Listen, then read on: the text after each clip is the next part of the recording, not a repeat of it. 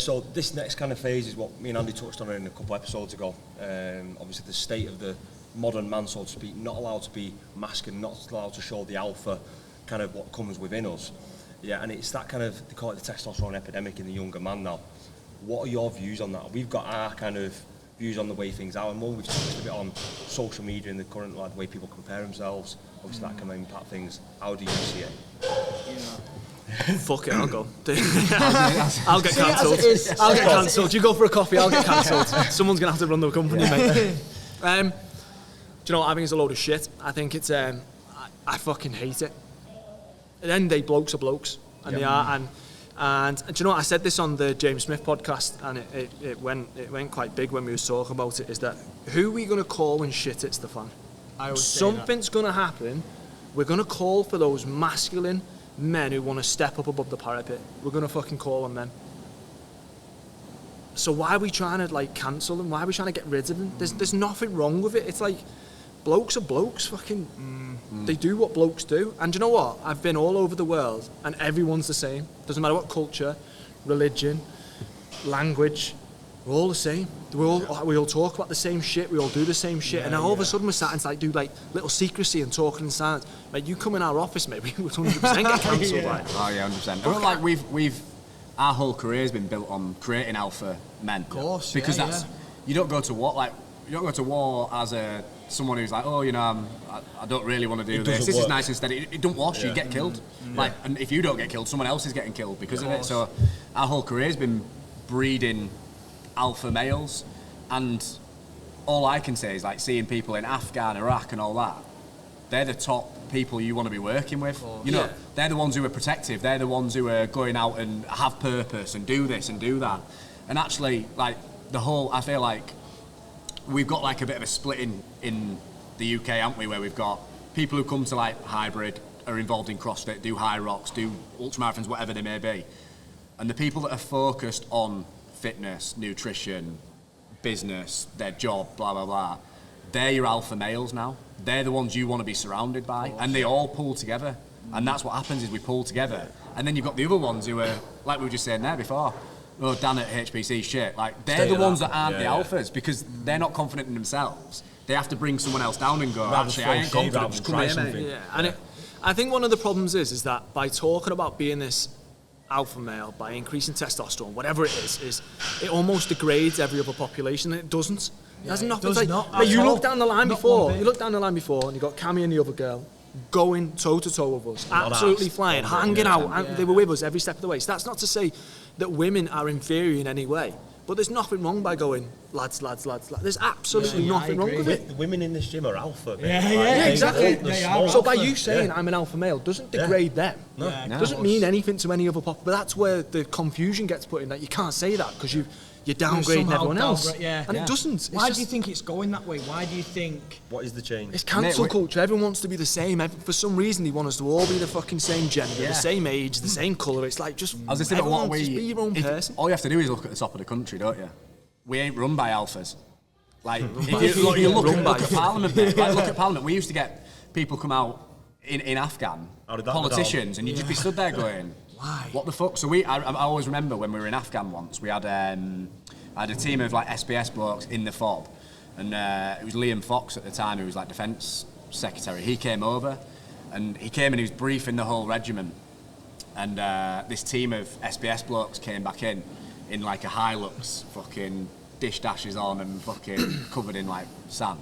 Just looked at him, and everyone was like stood to attention and just went, and then walked off. And I was always like, that's what I want to be like, and that's it, and that's the alpha. But there was no point he would have gone, get over here, mate, me and you can have a chat, because he'd have been fucking goosenecked on the floor. Do you know what I mean? So like, we're not run by alphas, we're not run by people who care about fitness, who care about are passionate about this kind of stuff.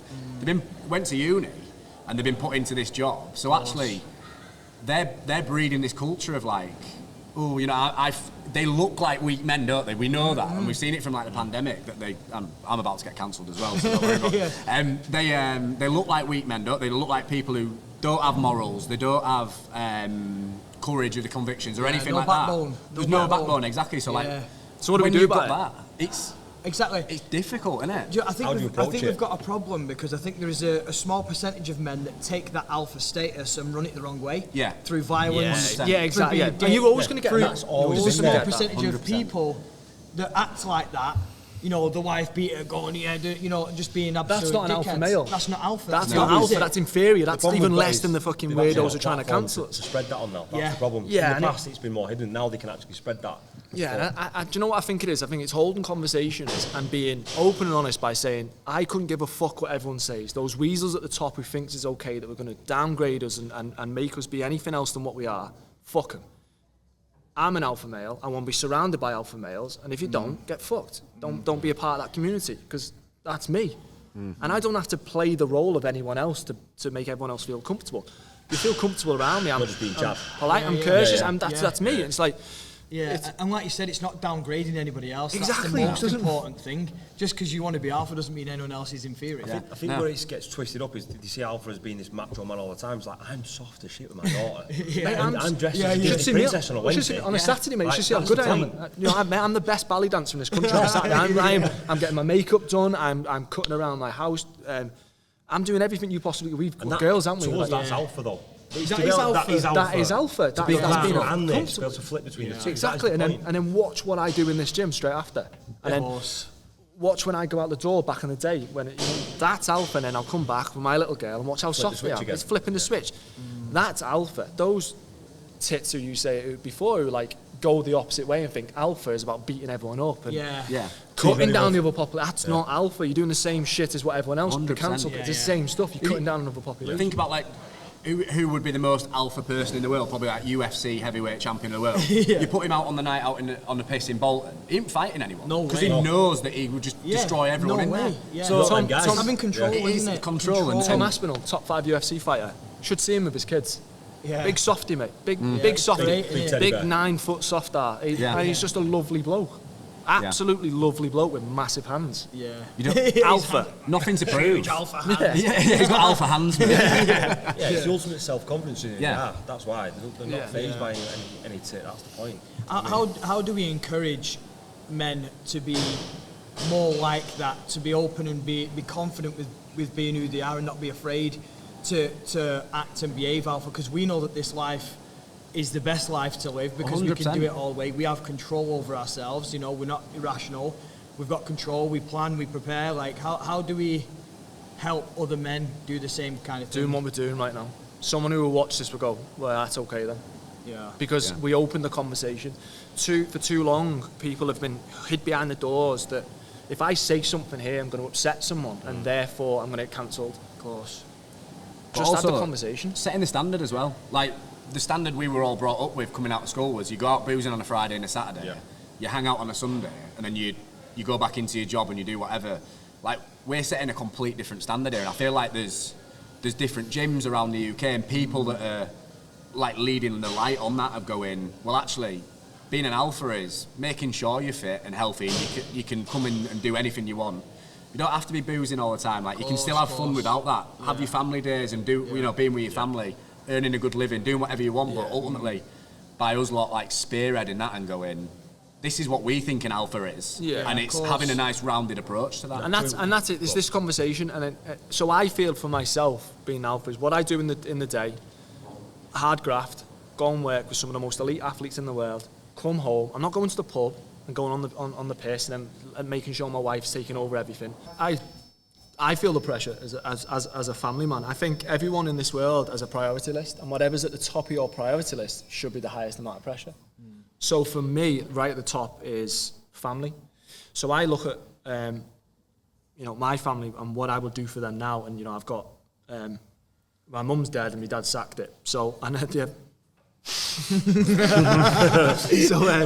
what I do is I always my first protocol from a family life point of view is don't do what my dad did. Because that's not alpha. Daddy knows about that. I'm the exact same. Exactly. Yeah. Exact same. And so what I think there is that I think that no matter whatever happens, I will always be there for my kids. I will do absolutely everything. Doesn't matter what I do in the day. Doesn't matter how hard it is. I'll come home and I will be there for my. It doesn't matter what the pressure looks like, and it's hard, isn't it? Being a dad, being a family man's hard, and I want to take all of that off do as much as I possibly can as a dad. I want to do everything. I want to be doing absolutely everything. Basically, the example you've seen, opposite. Opposite. Yeah. Flip it on its head. And that applies pressure because I want to do it. I want to be as best as I possibly can be. My wife's unbelievable at what she does, so I could probably quite easily sit back and watch it all unfold and be like, no, I go to work. I go and earn the money. I do that. My missus is a primary school teacher, and we're in a position now where she doesn't really have to do it. She turns up every day to go and do it, and I think that's you know, a primary school, any sort of school teacher, I think it's like a vocation. What she does is fucking ridiculous. It's like the hours she puts in, and I see it now as like a business, and I'm like, you don't have to do that. Why are you marking books at 11 o'clock at night? She's like, I've got to do it for the kids, got to do it. And I allow that because that means that I have to go and step up, and I do the shit that I want to do, and I've got to be there for my kids and my family, and I think that's pressure, and I think, fucking throw me in. What's second on your list? So family.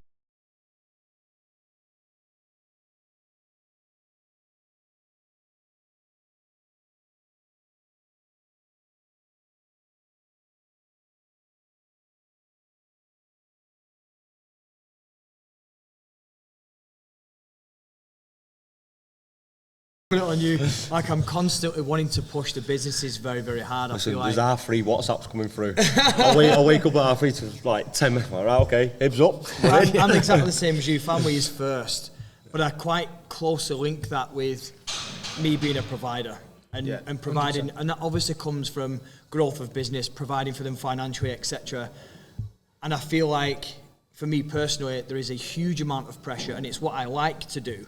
It doesn't tip over the edge into being anything negative, you know, but I definitely feel the pressure of growing the business, and I think from a personal standpoint, proving to myself that I can do these kind of things. I think we use a massive sense of pride in it though as well. Yeah. There's always been that sense of it, you know what I mean? A big What you sense got of to pride in remember being that yourself. person. What you got to remember is growth is a group project. You can't do it on your own. The higher you go up that echelon of growth, you have to start bringing in other people to come and help you. I got to a certain point where it flying, and I could not control it. But when I started selling socks, most random thing in the world, it went They're incredible, crazy. by the way. It went absolutely crazy, and I could not handle it. So I had to bring other people in, a marketing firm. You know, I've got someone who now packs it and delivers it, all that type of shit. I can't do it on my own, but I was at first, and I was applying all that unnecessary pressure, which everything costs something, doesn't it? Of course. Yeah. So if I'm over here dealing with that shit, I ain't dealing with what puts food on the table, the coaching and stuff. That's slowly growing and potentially going to take over that side of stuff, but coaching's my love. I love doing it, and it's what provides us the most money, what puts the food on the table for my family. Priority number one. Can't do it alone. Have to bring in people like Gary to take over the prevention of injury. He now looks after. He came on at first with the plug-in stuff, from a rehab point of view, and slowly but surely now pretty much runs the other businesses. You know, he comes in, and that's testament to what Gary Tommy's does. the main man, to be fair. Yeah, you Makes know a what I mean? shite sandwich. Awful sandwiches. What's the ultimate goal for you guys in business? Like, what is the absolute pinnacle? Undeniable success. No one can deny that we did something great. What does that look like? And how's that measured? Is that the amount of people that you get on selection? Nah, Is that the amount of people? Is it money in the bank? How Fulfillment does to that? yourself? Yeah, How so is it? How do you measure that? Well, it's very difficult to do because we go back to that original question before that I know it's never going to be enough. But what I want to do is I got left with nothing and I made something of it. I don't want my kids to have that. I want to ensure that they start with something. They're going to work hard. They're going to have those morals and the courage. My little boy's going to be an alpha. He's going to work his arse off to get whatever he wants to go and do. I was thinking before, years 2040, and our little girls are competing with each other at the High Rocks. There's gonna be. I want to. I love. Like I saw your little girl in before. I love my little girl coming to our gym, ingraining herself in that environment. I want to give them a platform to grow from. I didn't get that, and I want to ensure that they have that. And I think that's success to me. Is when I sack it in whatever year that is. Probably never. You know what it's like. Yeah. But at least they're gonna start with something, and they've come home every single night to a hot meal. They've got a lovely bed to go into. They've got a family that loves them. That's undeniable success to me, that we did something great there. And that's not money coming into the bank. I'm not orientated by that. I'm orientated by winning, and I'm orientated by making sure that everyone around me has undeniable success. And that has to start the foundation. I think for me a bit of that is experience. When we look at obviously the daughters and stuff like that, like I was very much me and my mum. My mum was my alpha kind of thing. She dominated that role. But I'd say what I was exposed to was kind of like I'll be football because your mate's doing it, we'll do that. Like my big thing, especially for Rosie, is now, right, I want her to go, as soon as she can run, she's coming running. As soon as she can go mooching on Rivi, she's coming mooching. She's doing as much as she can to experience fucking everything. Yeah. We spoke about it before, obviously, with Freya and Rosie. It's like, they're doing everything. They're trying to pack horses. Yeah. Don't end up with an horse. It's too much. Or tennis. You can actually tennis court. Give me a tennis racket, on it. Of course, he's unused. He plays tennis. But it's that thing of get your kids to experience fucking everything and see what they really want to do. You know what I mean? That's my kind of priority for sure. Just expose them to that, to stuff that, because life's hard, man. And if you fucking cuddle them all their life, then when shit does get hard, they're going to struggle. Yeah. So expose them now, expose them early, see people struggling in this gym and going, that's okay. Yeah. That's part where of the grow. process. That's where we grow. The locker, what we was all in before, that's where you grow. And my little girl Rosa, she loves coming to the gym and she's picking up kettlebells, she's on the ski erg, she's on the treadmill. She loves it. She loves being in that environment because and I want to keep exposing her to that environment to make sure that that's okay, that doing the hard shit is what makes you grow. So I'm not going to, like, I'm the softest dad in the world, but I ensure that she still sees that you've got to work really hard. And I think that's really they love important. doing what you do. Yeah. That's the point, is, and if you do things that are very positive, then it's only going to reinforce that. You know, it's funny we're talking about the kids here, but there's grown men and women that still need to do that process, in my opinion, and that still need to expose themselves to something 100%. Difficult to really figure out what it's about. How many times have we done something hard? We'll call it an Ironman, we'll call it, parachute regiment training, whatever it might be, and at the end,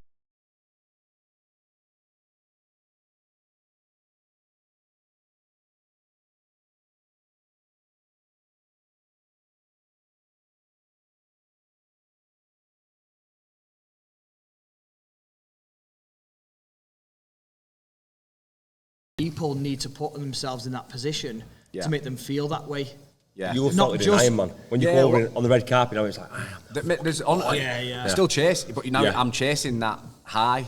Yeah. Do you know what I mean? And I think you said it on one of your pods I was listening to, Andy, where you said, like, when you did the 100 mile, the feeling you got when you came over it, amazing. 10 minutes later, no one gives a fuck. Everyone's gone to bed. Everyone's gone back out and had a beer, or everyone's done whatever. No one's asked. You went to the petrol station on the way home. But you know, knows who you are. No one knows who you are. You're not. And that's the notion that we mentioned earlier about now what feels great in the moment. Move on. But why do we go keep again? Doing it? But I think it's the love of the process, isn't it? So there's a ultra runner who used to be in the army called Tom Evans, and do you know what I mean? Yeah. So like top level runner. And his whole ethos is like buying into the process. Like the race is just the race, isn't it? Like, but it's getting in here at 4 o'clock in the morning when it's freezing. You see him in his spare room, don't you, on the treadmill? Yeah, exactly. Max incline going. And like, we all hate doing them sessions, but the buzz that you get from coming in at 6 in the morning and doing a session you do not want to do and leaving and going, I fucking nailed that, is the exact same buzz as you get when you finish an 100 miler or when you finish an Ironman. But people don't want to do that. They just see you do a 100 miler and go, oh, I wouldn't mind doing that. Well, you haven't trained for it. You haven't done the process. You haven't been through the hard miles. You haven't done this, and that. You have to go through the process, and that's what builds your character, your courage, and all that kind of stuff alongside it, I think. I think that's a product of the culture we live in, the environment we live in now, that there's so many weak people. You can buy most things, can't you? Yeah, you can get it. It's easy. People are scared of failing. Yeah. That's the point. You give someone a Netflix subscription and fast food, and they'll throw their life away. They'll throw it straight away because it's so fucking easy. Yeah. And it's like, easy shit, though, creates opportunity for other people like us and like the people in this gym right now who's training. Because there's a gap there. And if people don't want to do the hard shit, well, I'm going to do it. Yeah, so I'm going to win every day. I'll win because I know you're not going to apply as much effort as me. So I'm going to win every single day. You know, it's funny with the failure thing. People are genuinely scared of failing, but it's because of other people. If you fail in silence... I used to be If you fail in silence on your own, though, let's say we do a workout in here on my own and I fail, no one's seen me. Yeah. No, I don't feel bad because no one's seen it. Yeah. But we feel bad for failing when there's other people watching us. We feel bad when there's a crowd of people watching us, but it's the same fucking thing. Mate, 100%. I crashed on one of the Ironmans, but I knew that Immons that were waiting. I was like, fuck me. Yeah. I got back, I was like, fucking... DNF on it. Last week, I said to him, I'm going to do a marathon. I'd not done any training. My longest run for the last 3 years has been about 10k. So I said, I'm going to do a marathon. I was running after about 9k. My Achilles was blowing up, and I was like, I can't. But exactly what you're saying, because I'd said to him and I'd said to people on Insta, I'm doing a marathon. I'm doing it. In my head, I was like, it makes sense because it's 2 lap course. Come off at half marathon, save you, just lose the ego. Come off, save yourself for another day. And it took me from 9k till 21k to convince myself, yeah, just do it and fail. This once, you failed. But actually, all that did there was ignite a fucking fire in my belly to go. The next day I booked Manchester Marathon and thought, right, I'm going sub 3 hours on that now. Do you know what I mean? Yeah, It ignites me to that go. ain't happening again. That's That kind humbling. of thing. That's humbled me. Jada did half marathon. He'll be on me now until April. Ain't happening again. Do you know what I mean? So like now and I think you've got to fail to fucking win. You have to fail to win. Of course. What would you say, just to change direction a little bit, what would you say are the main 3 experiences in your life that's changed your outlook on life? Deep. Mate, It's heavy, it's so deep. one of probably upbringing. Yeah. So go back to family. So upbringing. So that was one, shaped how I'm a father now, how I'm a family man now. I think the second one was Power Edge Depot, failing every single day, just coming over that line every single day, humbled every single day. Did not prepare for what I went through, and it's fucking hard. And you watch grown men break down and cry because it's all they ever want, and I'm just stood there. And at first, I was thinking, shit, just survive another day, just survive another day. And then over time, I'm watching people ring the bell, and I'm watching people leave who I thought, holy shit, they're like the fittest person I've ever seen in my life. I can't possibly maintain this. And I'm growing every day, and I'm thinking, I'm all right here. I'm getting better. And all of a sudden, I'm fucking growing like that. And then by the end of it, I'm thinking, you ain't coming anywhere near me. I'm like, and you get that euphoric moment. And then there's more moments in, I used to fear failure. So the third one would possibly be, I played a decent level of football when I was younger. The moment we moved to St. Helens, I never kicked the ball again. So I was on at Liverpool Academy, moved to St. Helens. You know what St. Helens is like. No one plays football. Rugby. No one. Rugby. I had never, I swear to God, I had never, ever played or seen a game of rugby in my life. So I moved to St. Helens, a few months in primary school, went straight to high school, and there was a feeder club to Saints as well, so it was even worse. It was like the whole curriculum was based on rugby, the PE curriculum. And I thought, fucking hell. But anyway, when I used to play football, I went and played when I was 16. So when I decided I was going to join the army, join the Paras, someone said, mate, you better start getting fit. So all I did was go out in the park and do whatever I did to make money. And so I thought, I'll start playing football. Played a game of football. Ended up getting scouted by Everton straight away. And I got a 5-game trial. And I went to shit because I was so scared to do something wrong. You never didn't do actually anything played. right. Didn't do anything right. I had the fit. I got another story. 100-metre final was the Northwest 100-metre final. Got all the way to the final. I'm in lane 4, so I've obviously done something right on the way in there. I'm obviously fast. Came out leading every single school that had qualified. It was down on my right. I'm sprinting. It was in Wigan, actually. It was in Wigan, and I'm sprinting. And Gaz was in lane 1, smoked you. Gaz went out 100 the metres, quarters, mate. And but anyway, I'm sprinting down, and I can see people in my peripheral there, and I stopped. Dead stop. Came in and said, my knee's gone, my ankle's gone. It faked an injury in front of everyone. I was so scared to come second or third in front of everyone that I didn't bother when didn't bother when, and it sat with me my whole life. It sat with me my whole life. And now I go out and I was headlined the International Fitness Summit, went out in front of thousands of people to talk about fitness with people who know fitness. I've briefed up England Football Club on fitness, and I had Gareth Southgate come to see me and all that type of shit. And every time I go and do any of this shit now, I have this one little condo moment where I think, how great can I be today? And that's the single thing I take away. And I remember that 100-metre story and think, fuck it. No one cares. And back then, I was so scared to fail that I wouldn't even start. And now, I'm just like, fuck it, let's go. 100 reps at whatever kg that was before. I was like, fuck it. Everyone else is in, let's fucking see what happens. How do you deal with, is that what you do? How do you deal with that? Obviously, you've spoke on big stages, expos and stuff. There's vulnerability again. There's another vulnerability thing. Is that the routine that you go through before speaking into large crowd, I just think I've earned the right to be here. I've done something where I have done something right. I've earned the right to be here. Fucking boy, And now I used to jump out of planes for a living. And I find myself parking on double yellows, get a bit of stress in my life. Going out on the stage is fucking good for me. It gives me that stress, gives me that buzz to go back. And that's what I feel. I need that stress. I need a little bit of something in my life to go, this is scary. Because everyone knows what I'm talking about. So if I get it wrong, I've got a social media following. If I get it that wrong there, I'm fucked. If I say something wrong on this podcast, I'm fucked. Do you know what I mean? So it's like, fuck it, let's go. That's why I said to you before, I never ever go on podcast knowing what questions are going to come next. Because I don't know it, I fucking should, because I'm in a position to do so. And even more so, it adds a little bit of stress to me.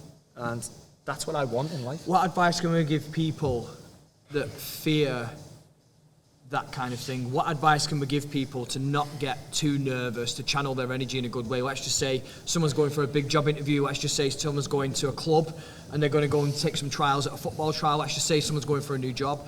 What advice can you give those people to channel it in the right way? We use it with elite athletes or people going on courses. Like, you've done the hard work. If you haven't, you'll know. Like, if we were stood on an Ironman start line now and I know, I haven't trained for a year, then yeah, I should be nervous because it's going to fucking hurt. Even worse, you know what's coming. Yeah, exactly. Yeah. If you've done the process. So you're talking about being prepared. Yeah, Just be if you're prepared out of your mind. Red on. That whole red on ethos. If you're prepared, have confidence. You've done it. You've been there. You've done it. You know, like, high rocks is an easy one, isn't it? Most people who do high rocks have probably in training done a full high rocks. Yeah. And gone, I know what to come in. I know what's happening. Yeah, I know exactly what's going to happen, and I'm ready to just lay it all down. If you haven't, then yeah, be a little bit nervous because you don't know what's coming. But actually, if you've done all the hard graft before it, go and fucking attack whatever you're doing. Lake 150, for example, we both drove up on the morning. Like, it's a dinner time race, for example. It's like that morning I was making egg butties with Rosie. Yeah. I was messing around on the floor, there was tea bags everywhere. I weren't thinking about the race because I knew I'd fucking done the work anyway. Yeah, 100%. I'm rocking to the start line ready to go, having a laugh. Yeah.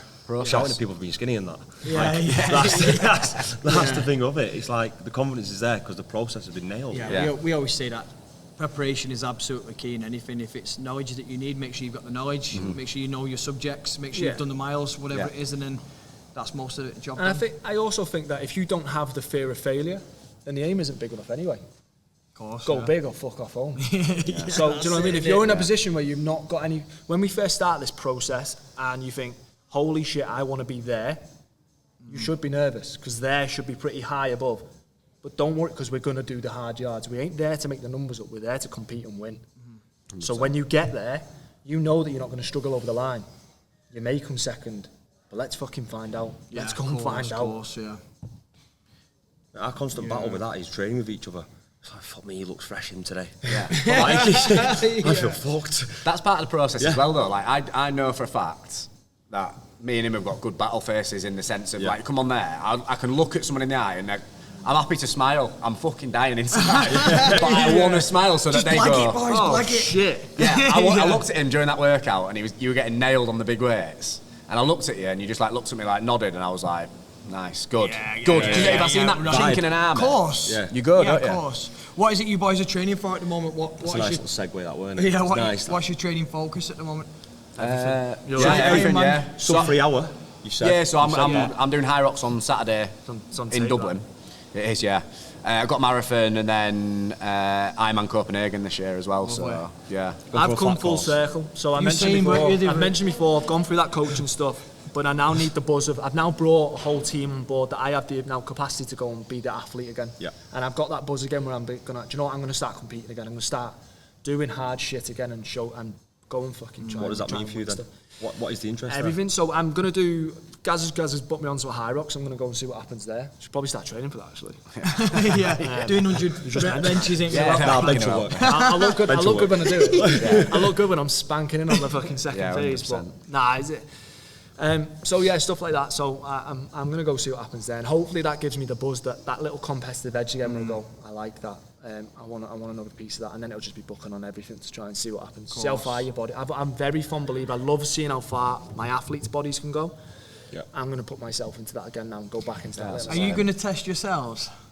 Are you going to go through your own process? So is that how you work it? Is that how you're going to do it? Are you going to test all your? Are you going to test yourself and see what's what? I think I'm booked in for the 3rd of November anyway. I think you are as well. So we're doing a 3rd of November testing anyway. Yeah. But back to Ironman, sorry. What did you do then, process-wise? So obviously you had a mega time on the Ironman. Yeah. So how much different can it be this time round? Now you've got this testing here.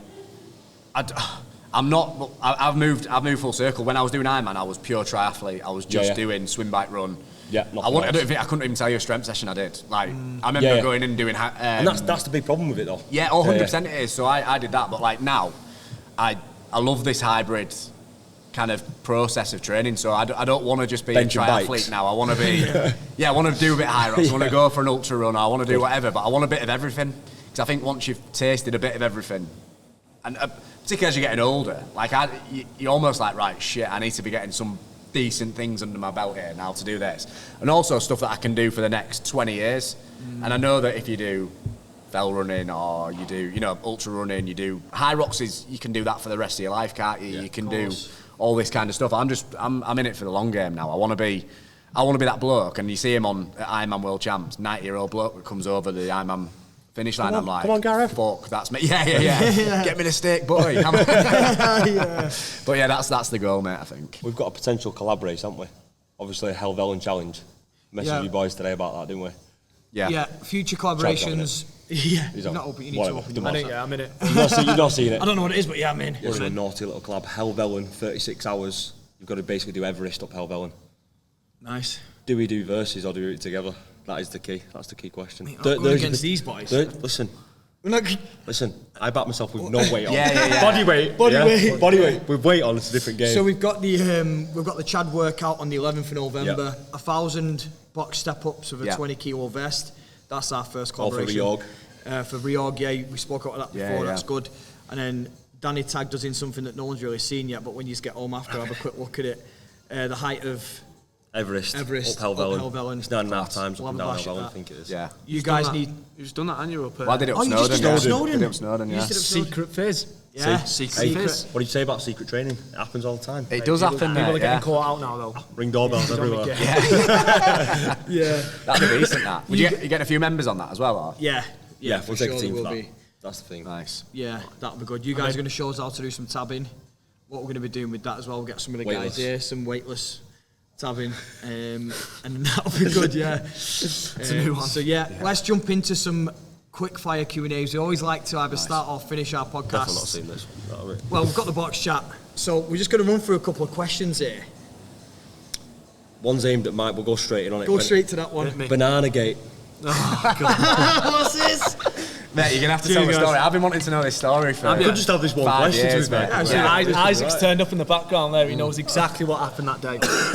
People You know. know exactly You was what there. happened. People know. Go on, mate. I have got no idea what you're talking about. Yeah, you do. No, there's a police officer who thought it would be funny to try and put a banana up his arse in my room. Mate, the guy took the skin off. voluntary? Voluntary. The guy Yeah. took the skin off. I've never seen anything like it. No. First of all, why would you take the skin off? Yeah. Well, how do you think it's a big an Would idea you? anyway? Yeah, Before yeah. that, So Initially. mate, I roll out of bed, and the only thing I see is Isaac behind the screen. There is this police officer. I need to keep stipulating the He context. is a police He's a Yeah, police he's officer. a policeman. Yeah. Laughing his head off, doing it on a couch. Mate, banana was everywhere. Look in the doorway. Isaac's there shouting at us, and I was just like, "What the fuck is going on?" And then I was just like, "Get out of my room!" Why? Why? Do you know? Let's just see if that fits. Was that? Yeah. I don't know. Who knows? No one knows the rationale behind it. You know what it was Nah, about? it's- No, just banana. He does. He does. He was there. It's tough to. Yeah. Ready to go. Yeah, I was next. Is that where plug-in rehab comes from? Yeah, pretty much. Mate, yeah. So when I was thinking of, like a name for the Were you the business, copper? it was plug in. Yeah. He's actually dressed up. Do you want to see my warrant? Who's dressed up? That's how you met, right? Sound. Yeah, Gaz is the copper. Next one. High Rocks head-to-head, Chad versus Gaz. In High Rocks? Oh, I'd give In, you two. yeah. I win the first 100 metres. Oh, 100%. No, I'm saying when's it happening? Oh, No, that's yeah, what all right, it is. yeah. When's it happening? When's it What's happening? Who Can we do it in here? Down? Yeah. there we go then. Hey, there you go. Cammy Sunday. Perfect. There we Yeah, go Cammy then. does one on Sunday. Yeah. When we touched on it a bit before, what's it like transitioning from being on tour to being around us lot again? Good community. Having a laugh, just being around blokes again is perfect for us. It's something In a that I've normal missed for a scene. long time, and it's something that I'm craving now. So that's another a secondary nature of why I want to go back into that competitiveness, is because I'm going to have to surround myself with like-minded people, getting humbled on training sessions. That's what I want. I want to go and chase that stress again. Definitely. SSC coach put you in a wheelchair. Yeah. Where'd you get all this info from? I don't know. So he's we was on that class 1 course where that's where we met on where you go and be like the top PTIs in the military, and we proper pride ourselves on whatever was said, you go and do it. So one of the lads doing this S&C thing was meant to be like the best guy in the thing, was showing us this, and he was talking about the biomechanics of an overhead squat. Can anyone do an overhead squat? And all the boys went, Chad can do one, because I've got quite a nice overhead squat. So I sat in the bottom position, mate, for about 6 minutes, with about 60 kg fully loaded. And I heard you say this on a podcast. You proper belittled it. Yeah, like, I fucking sat there for 20 seconds. 2 minutes for 20 I was kilograms. sat there. I was sat in. I'm not joking. I was in absolute disarray. I'm sat there, overhead squat, thinking I am in rag here. But I thought, there's no way I'm getting out of the squat. And this guy is just with a pointer going down, just talking about it, and then he leave me in the squat and was chatting to the thing, and I'm sat there going, doing a Q&A, I ain't moving, doing a mid-squat. Q&A mid squat. And anyway, in the PT school, you've got to run, but we was also doing sprint gate, so we was taking the piss out. You've got to run everywhere around camp. We was going, if you don't run Mach 10, you've got to be fucking sprinting. I want people to be thinking, holy shit, this guy's going somewhere. Yeah. So and then all it was like, right boys, that's the session finished. Mike, put the weight down, as if like, oh, fucking forgot about that. Drop the weight, get up, sprint out, and then I was on duty, so about 9 o'clock that night, you got to close the gym up. I literally, my whole lower body just fucking gave up, just went. And it was like my central nervous system had just put full on went, what have you just done?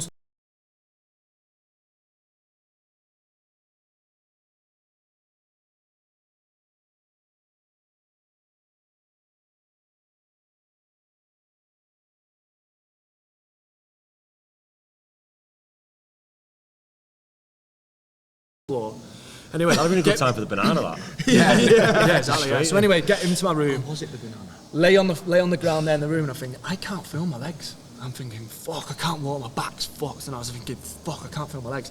First person to walk in the room is this cunt. And I'm going, guys, you've got it. And he's making me laugh. And every time he's making me laugh, it was like firing pains going down. And I was going, you need to get out of my room, please, Gary. I was like, get out. And he's going, come here. Get out of my room. And I was in a wheelchair for a few weeks after that, just fucking fucked. And he was just like pushing me around. Yeah. What was it? Did they just Like damage the nervous system? So what happens is you've got some sort of nervous system in and around that area where your core just basically switches off. It goes, don't like that, get rid of it. Don't something's happening, don't like it, switch it off. And it just went. And it switched off for 6 Switched minutes. off. Mate, I was, because I was still racing triathlon at the time, so I used to put him in the wheelchair with my aero helmet on, mate, and fucking buzz him round. That's class. That's class. Ending question. Last question of the podcast. Tell us what you're afraid of. What do you fear most in life? You both got to answer it as well. Get ready, guys. I'd say fear of failure, but I don't anymore. And I'd probably move on now, and it's probably going back to family stuff again, just making sure that I'm the right person, and that I fear that I'm never good enough in that environment. I want to always be better and ensure that I'm good dad, good husband, and I have those morals that I can flip between being the alpha and going on and being the softest dad in the world. Yeah. Heavy cars. Man's easy, mate, not as heavy. Heights. I fucking hate heights. Yeah, I do, mate, honestly. The minute I get on top of the ladder, doesn't even have to be high. Literally above your head. And that's me, mate, game over. Really? I couldn't have been a para, mate, no way. Yeah, scared of heights. It's bad. I'm like you, mine's definitely the family thing. Fear of dying young. Yeah, that is a fear of dying young. I call it Peter Pan, Yeah, so fair I've got one. the fear of growing up. I do genuinely do, and I think every time I go there and I think, fuck, I've missed, like, there's another year gone, there's another week gone, I think. Yeah. But then I've almost come full circle with that, and I started realising that, you know, it's, if you're not living in the moment, I'm constantly fearing the next stage, and I think live in that moment right now, and it's scary. I'm a bit like that since Freya came, since my little girl came. That's Before that, as soon as I'm like, I can't die now, mate. My little girl started true, school I last can't month, and die I was now. thinking, oh my god, where's that time gone? Yeah. And it's so scary. And I'm still dressing up as a Disney princess. Like she's at school. Yeah, time's gone quick. Lads, thanks for coming down. We really appreciate it, and we had a good workout before. We really appreciate you coming down, and like I said, Boys were different, but it's your alright. boys were shit. Sorry about that. No, but again, we're very I'll have words from grateful. We're very grateful to be, to have you here and to do the collaboration, for us to come down and do the testing. We're grateful for the opportunity for our members as well to come down and get tested as well. Yeah, I'm looking forward to a good future, together on collaboration, and we'll make sure we come up and see you again soon. Definitely. Thanks, Cheers, lads. guys. Appreciate it. Thank you.